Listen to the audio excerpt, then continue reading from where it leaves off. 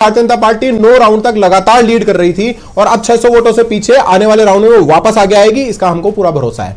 दौसा में भी हमारा मार्जिन कांग्रेस पार्टी से बहुत ज्यादा नहीं है। जो स्थिति परिस्थिति राजस्थान की है उसमें चौंकाने वाली बात यह है कि जो कांग्रेस पार्टी 7 में से 4 सीटें लेकर यहां पर बैठी हुई थी, उसकी 4 सीटों पर तो जमानत जब्त होने की नौबत आ रही है, 5 सीटों पर तीसरे नंबर पर चल रही है। भारतीय जनता पार्टी पहली बार अब आप एक सीट का हिसाब दे रहे थे, सलूम्बर और 84 का भी तो बात कर लेते ना। 84 सीट पे जब आम चुनाव हुआ था 2023 का, तब भारतीय जनता पार्टी 70,000 वोटों से वो चुनाव हारी थी, 70,000 वोटों से। और अब जो मार्जिन दिख रहा है वो केवल 8,000 वोटों का दिख रहा है। आप ये समझ लीजिए कि हो सकता है वहां पर भी अगर थोड़ा सा भी चेंज हुआ तो भारतीय जनता पार्टी चुनाव जीत सकती है। 70,000 वोटों को कवर करके 8,000 पर लेकर भारतीय जनता पार्टी चल रही है। तो पूरे राजस्थान में, मैं आपको फिर दोहरा रहा हूं, ये जो चुनाव है किसी एक जिले में हुआ चुनाव नहीं है, पूरे राजस्थान के अलग अलग इलाकों में चुनाव हुआ, जहां पर जातिगत हिसाब से, क्षेत्र के हिसाब से, भौगोलिक परिस्थिति के हिसाब से अलग अलग सोच और अलग अलग विचारधारा थी। बावजूद इसके इन 7 जगह पर भारतीय जनता पार्टी शानदार तरीके से प्रदर्शन कर रही है। या तो वो चुनाव जीत रही है या वो उसकी ही टक्कर किसी दूसरे दल से है। लेकिन बड़ी बात यह है कि जो कांग्रेस पार्टी 4 सीटें जीत कर बैठी थी, उसकी 4 सीटों पर जमानत जब्त होने की नौबत आ रही है और 5 सीटों पर वो तीसरे नंबर पर चल रही है। तो आप निश्चित मानकर चलिए कि राजस्थान की जनता ने पूरी तरीके से भारतीय जनता पार्टी के पक्ष में अपना समर्थन दिया है। और जहां हम थोड़े मार्जिन से पीछे भी आने वाले राउंड में देखेंगे कि भारतीय जनता पार्टी वहां पर आगे होगी। थोड़ा इंतजार कर लेते हैं। प्रतीक सिंह जी, कांग्रेस के प्रवक्ता हमारे साथ जुड़े हैं। प्रतीक जी, आपका पहला रिएक्शन, 4 सीटें थी कम से कम, उसको तो रेट यहाँ पर करते, लेकिन अब लग रहा है कि 2 सीटों पर ही अभी फिलहाल रुझानों में आप आगे हैं। देखिए, 7 सीटों के ऊपर उपचुनाव अभी हुए हैं और 2 सीटों पर इस साल में और हुए थे।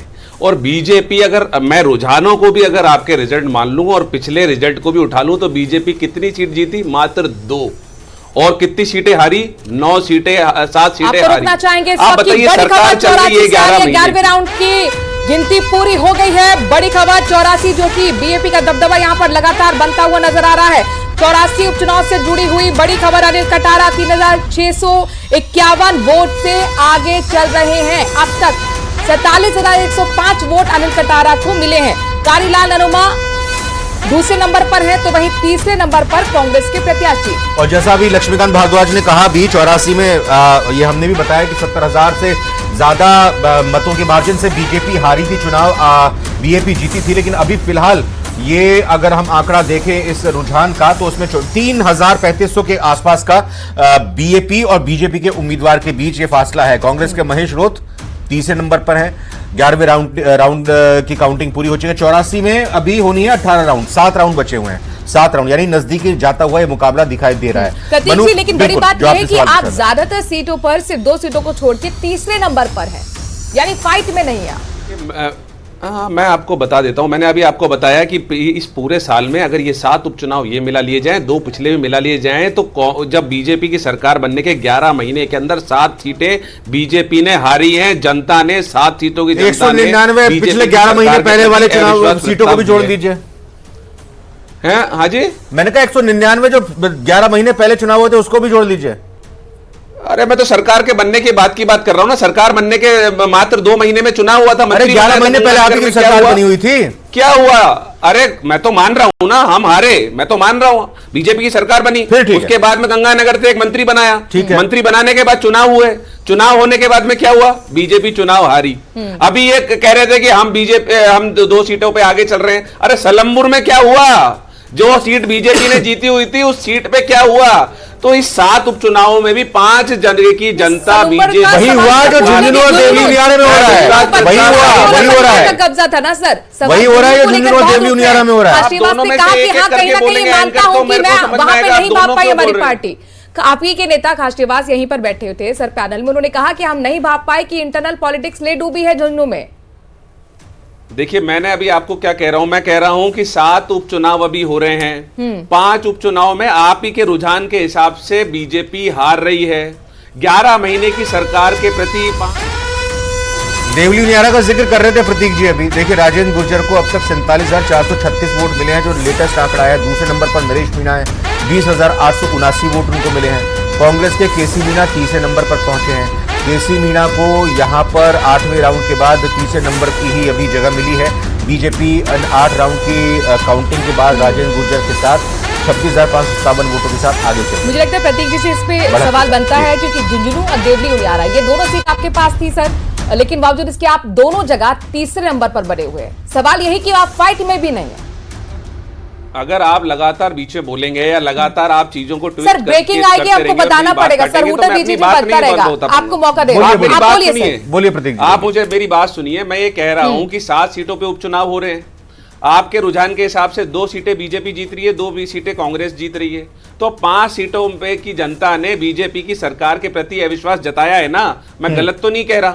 और अगर सरकार बनने के बाद के सारे उपचुनाव अगर मैं जोड़ लूंगा और आपके रुझानों को सही मान लूंगा, तो 3 सीटें कांग्रेस ने जीती, 2 सीटें बीजेपी ने जीती, तो उसके तब भी कांग्रेस बढ़त बनाए हुए है। मुझे बताइए, अगर सरकार चलने के बावजूद, इतने बड़े बड़े आपने दावे करने के बावजूद भी अगर 5 विधानसभा सीटों की जनता अविश्वास जता रही है सरकार के प्रति, तो ये किसकी हार और किसकी जीत है?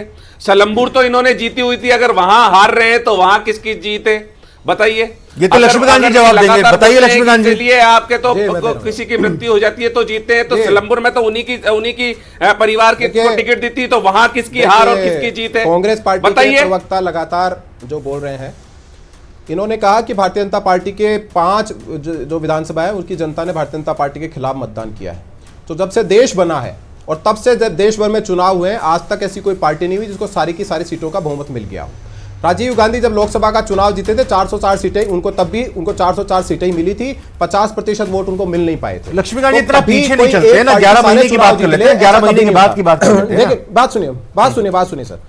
11 महीने के चुनाव में इन्होंने कहा, भारतीय जनता पार्टी जब विधानसभा का चुनाव आया था तो सर सॉरी डिस्टर्ब करना पड़ेगा, ब्रेकिंग न्यूज आ रही है तो दर्शकों को भी बताना है। 3 नंबर पर चल रहे हैं राजेंद्र गुढ़ा, 30 नंबर पर हो गए हैं 15वें राउंड के दूसरे बाद। नंबर पर थे। हाँ, बड़ा उलटफेर हो गया। दूसरे नंबर पर अब आ गए हैं अमित ओला। अमित ओला क्या अब दूसरे नंबर के बाद पहले नंबर पर आ पाएंगे? 15वें राउंड के बाद झुंझुनू में बड़ा उलटफेर हुआ है। झुंझुनू में भाई 22 राउंड की हो रही है काउंटिंग, 7 राउंड अभी बचे हुए हैं। क्या अभी जो बाकी ये 7 राउंड है, अमित ओला जो लीड है, बड़ी लीड जो बीजेपी की है अभी 20,000 से 30,845 वोटों से आगे चल रहे हैं, क्या वो बरकरार रखेंगे नहीं रखेंगे? ब्रेकिंग चलती रहे, लेकिन यहाँ पर जवाब अब हम यहाँ पर ले रहे हैं लक्ष्मीकांत जी का। जी लक्ष्मीकांत जी। देखिए, कांग्रेस पार्टी बड़ी बड़ी बात कर रही है। इन्होंने कहा भारतीय जनता पार्टी के साथ क्या हुआ, तो मैं आपको बता रहा हूं कि जब झुंझुनू का जो चुनाव है, जब से झुंझुनू सीट बनी है, ये जो डिलिमिटेशन के बाद, उसके 4 चुनावों में भारतीय जनता पार्टी वहां कभी चुनाव जीती नहीं, और जीतना तो दूर, बल्कि भारतीय जनता पार्टी वहां लंबे मार्जिन से चुनाव हारी है। इस बार वहां भारतीय जनता पार्टी 30,000 से ज्यादा लीड कर चुकी है। जब चुनाव का पूरा परिणाम आएगा तो 50,000 से ज्यादा वोटों से भारतीय जनता पार्टी वहां चुनाव जीतने वाली है।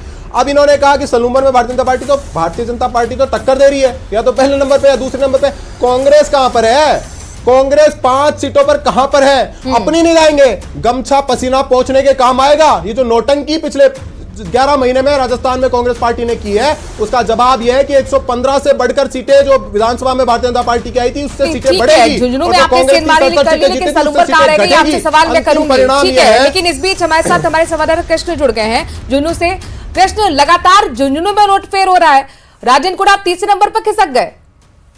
जी मैं आपको बता दूं कि जो जैसे ही ग्रामीण अंचल के वोटों की गिनती शुरू हुई तो राजेंद्र गुढ़ा है वो तीसरे नंबर पे चले गए हैं। 16 राउंड की मतगणना के बाद भाजपा की जो बढ़त बढ़कर है वो 32,904 हो गई है। भाजपा को अब तक 64,000